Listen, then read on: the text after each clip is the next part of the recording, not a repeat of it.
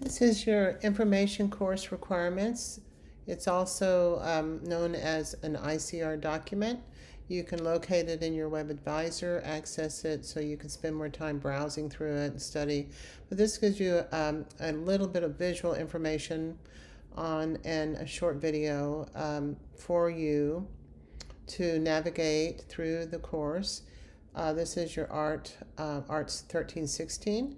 Now I have combined the course, so it's two sections in one, but it is your Drawing One class.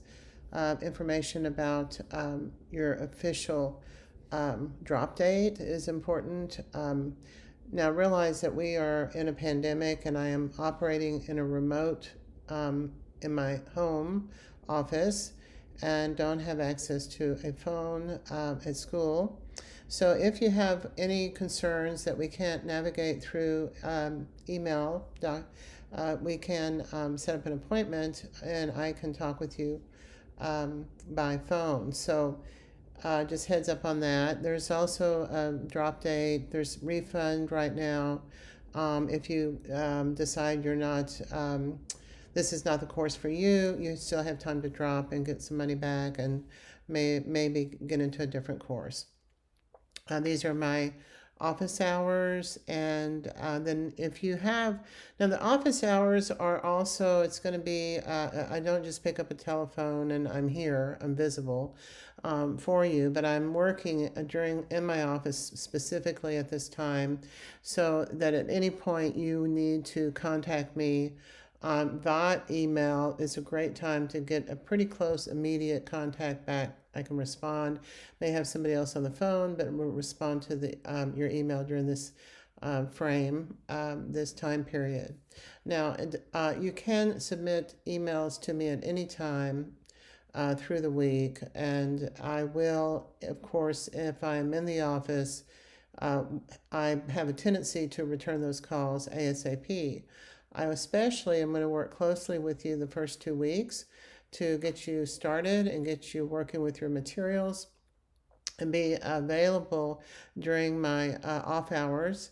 I'll be in the office and responding, all day, 7 days a week for the first 2 weeks. We got to get you on the road, and I know how hard this is for people who are starting out to navigate online. So from there, let's stop, and I'm going to go to the next slide.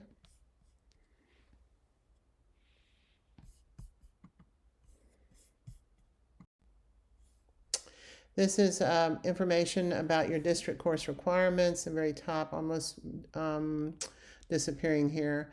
But you can open that up and not, of course, this is a copy, so you'll have to go to your web advisor to open up these highlighted areas. But I encourage you to do so and to see basically the course is being taught. There's some basic concerns that we have about Drawing One. And then collectively have worked together to decide what to teach in a Drawing One course. And then, of course, the teacher is going to teach it how they can teach it. And it's they'll bring different things to the table and information, but they will cover some of the components at some point during the semester in your district course requirements. Now, your books, there is no book. I will be sending you to YouTube videos. I will be pulling up, I mean, recommend. I've made some videos on demonstrations. I'm including a lot of information, visual documentation, and for you through the semester. If you're still struggling, there's lots of books I can recommend. There's books in the library, and some people want that hardbound book. There's articles online, and I don't think we need a text. We want to spend our money on art supplies.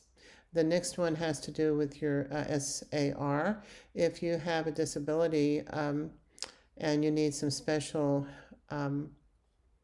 attention, you'll want to contact, if you haven't done so already, contact the SAR office and they can help you. Now, little things I'm able to work with you, but in some areas I may need your documentation that you need additional time, or situations a little different.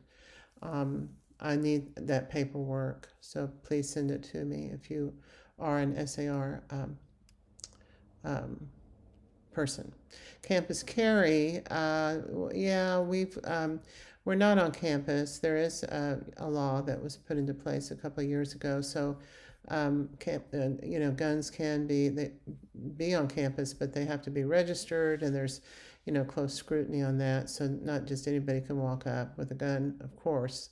But if you see any suspicious activity, if you're around the campus in some way, sometimes there are special events that are going on through organizations, registration, counseling, library services, where you may be on campus. If you see something suspicious, contact me immediately, or your police department, we want to be vigilant about that. So we're all safe, but most of us are at home working remotely, so there won't be a problem with that. Course evaluation. There is a time during the semester where you can evaluate the course, and it's always helpful to the teachers to do that. It gives them feedback, what's working, what's not working, where you struggled, so on. Is very, very helpful. So take a few minutes and evaluate the course at the end of the semester. I'll stop here and go to the next slide. This one has to do with your course evaluation. That's copied over again. And this has to do with discrimination based on, it looks like I didn't give you all the information. I cropped it. I'm sorry. So what you'll want to do is go ahead to your web advisor if you want to read up on this and get a little more information. Go to the web advisor, open that up. Also, you can access the blue highlighted areas. So if there is harassment that goes on, unfortunately, online on the internet, if you have any problems at all, sexual harassment or harassment, stalking, there's a whole list of things. You're probably familiar with this. You need to contact me immediately and report it so we can stop the behavior, drop the student that's doing it. It's usually what we do. So parenting students, these are people who have children and are pregnant, and so there's some information and guidance for you there. The textbook, again, there is no textbook. There's a couple online resources, and one is the Drawing Center in New York, and I encourage you to open that up. That's a wonderful contemporary art, what's happening registry, where there's about 2,000 artists throughout the United States that have participated in this registry. You can open that up and access what's going on, creative ideas, exploration of mediums and materials. Something of interest, you want to open that up and take a look at it. The other one is Glass Tire out of Houston, Texas, and that's an online art publication, and it gives you a lot of information. If you want to go to the museum, you can open up and go to the Dallas-Fort Worth area and open up the tire. You hit the tire, the glass tire. It opens up. It gives you a lot of information about location, places, where things are, what shows are up when they come down, and it's a great resource. They have also a job application, job grants, critiques, things of that nature. Good source, good resource. The next slide is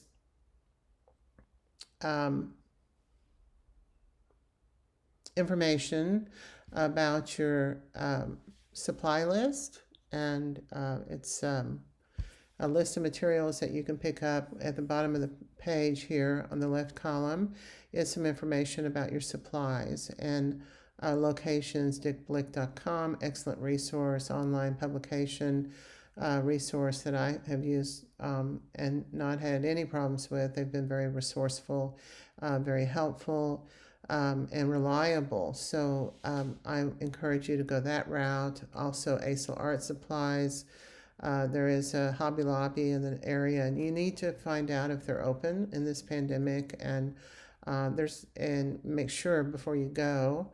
Um, and there's also Walmart has some materials, but I would really steer away from Walmart if possible. There are some good materials there. There's some things that are not working, and they just create heartache for you. So you really want to avoid Walmart if possible. Now, Amazon has surprisingly, I researched that last semester. A lot of the materials. In fact, when I studied the materials they had available on Amazon, um, I I made sure they were there before I put them on your supply list. So they do carry, I would say, most of the materials here. Now, I do want to talk a little bit first about a little bit more about your environment, your working environment. And I do have on the supply list a board that you would put your sketch pad on top. Now, that's optional. It is a clipboard, and you can put your sketch pad on it and walk around the house and go outside with it. And it's a nice sturdy surface for you to work with. You can work on these sketchbooks without that, but they're a little more wobbly and awkward, and so it's important to create the best environment that you can create, working environment. Sitting at a table, if you have a private space in your room, you can create a wonderful environment where it's a go-to place for you to sit down and study and prepare and do your drawings. I encourage that. But I believe that you can draw anywhere, anytime, any place, and do wonderful artwork. You don't have to be in a huge warehouse with 15-foot ceilings, although that's wonderful, and you see that on TV and the movies with the movie stars in movies. But I had a student that did extraordinary work working from her bed, and she had a board, and she worked with her sketch pad, and you could see the documentation she was doing during her process. You would see the drawings were laying on a quilt, and you saw part of the quilt around the drawing. So you captured the environment that you're working on, which is interesting for me to see where you're working. I saw a student, you could see that his foot was in the grass. You see he's outside, and so that you're documenting your environment at the same time. So we'll be working on presentation, and you do need a camera or some way to photograph your work and get the work to me, and you'll be submitting your work through the discussion board. Materials that I have here, one other thing on you want a quality drawing pad, good thick paper, nice heavyweight paper, so you can really work with different mediums on that surface. You want a smooth surface. I've described it here in your supply list, but that just gives you a little more information about what's needed. You also want to work specifically with a set of color pencils, and I have given you the information about this is the very best brand. It's the most intense use and rich colors to work with, and it's a soft lead, and so you can really dig in and get some deep reds and deep blues, and some of your color pencils are really not good to work with for the assignments that we're giving you at the college level. But these particular color pastels do work really, really well. The other things that I've eliminated, being in your environment, not in a studio environment at school, is I've eliminated the pen and ink, and I've replaced the ink with watercolor. So you will be using watercolor, the black, to do some value studies, and you'll use the rest of the colors later on in the semester. Let's see, what else do I have here that you need to pay attention to? This is the one sheet, this is the one page here that we spend quite a bit of time on.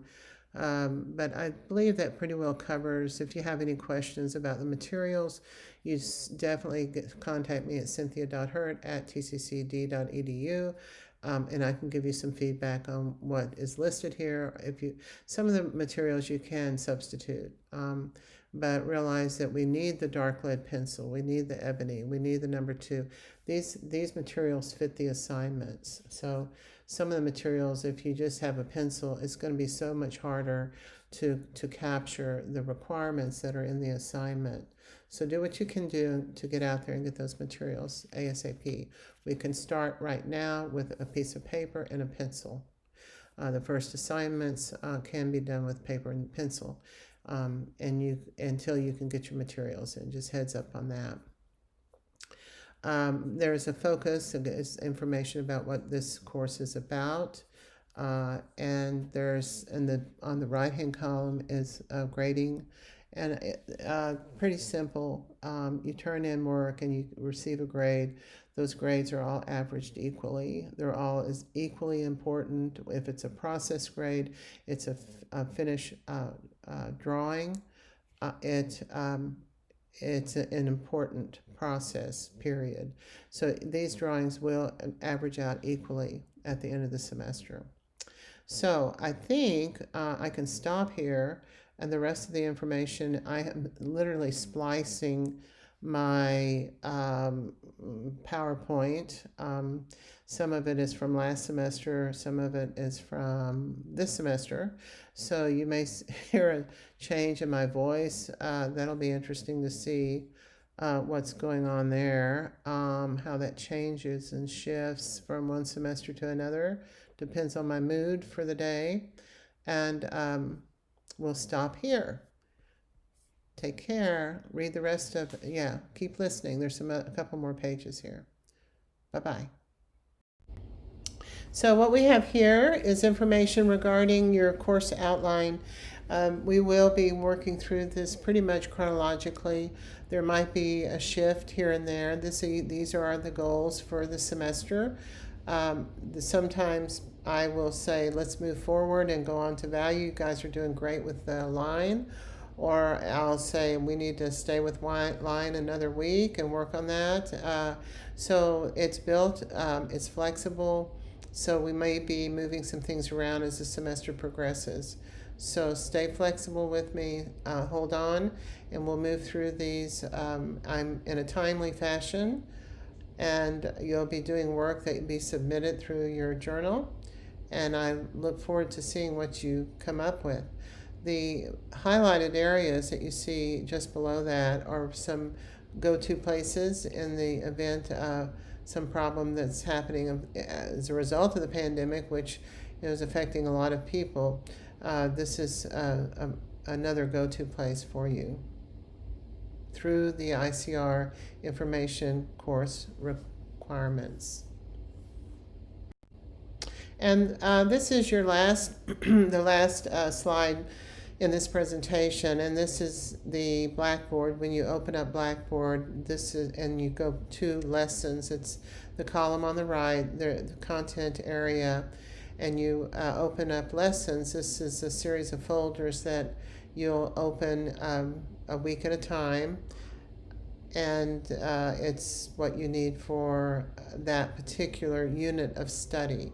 So there'll be demonstrations, YouTube videos carefully selected for this class, references from me, and I will be pointing in that direction over and over again. You'll also, as we'll grow into this. If you're not familiar with Blackboard, we will continue to open up and grow and do a little bit more. So don't get overwhelmed. Just simply go to lessons, go to the first folder, open it up, and we work from there. So then the next week we'll go to the next folder, and third week, third folder, so on. So with that said, I look forward to seeing what you guys come up with. And I will stop at this point, and have a good evening or morning, and I'll talk to you soon.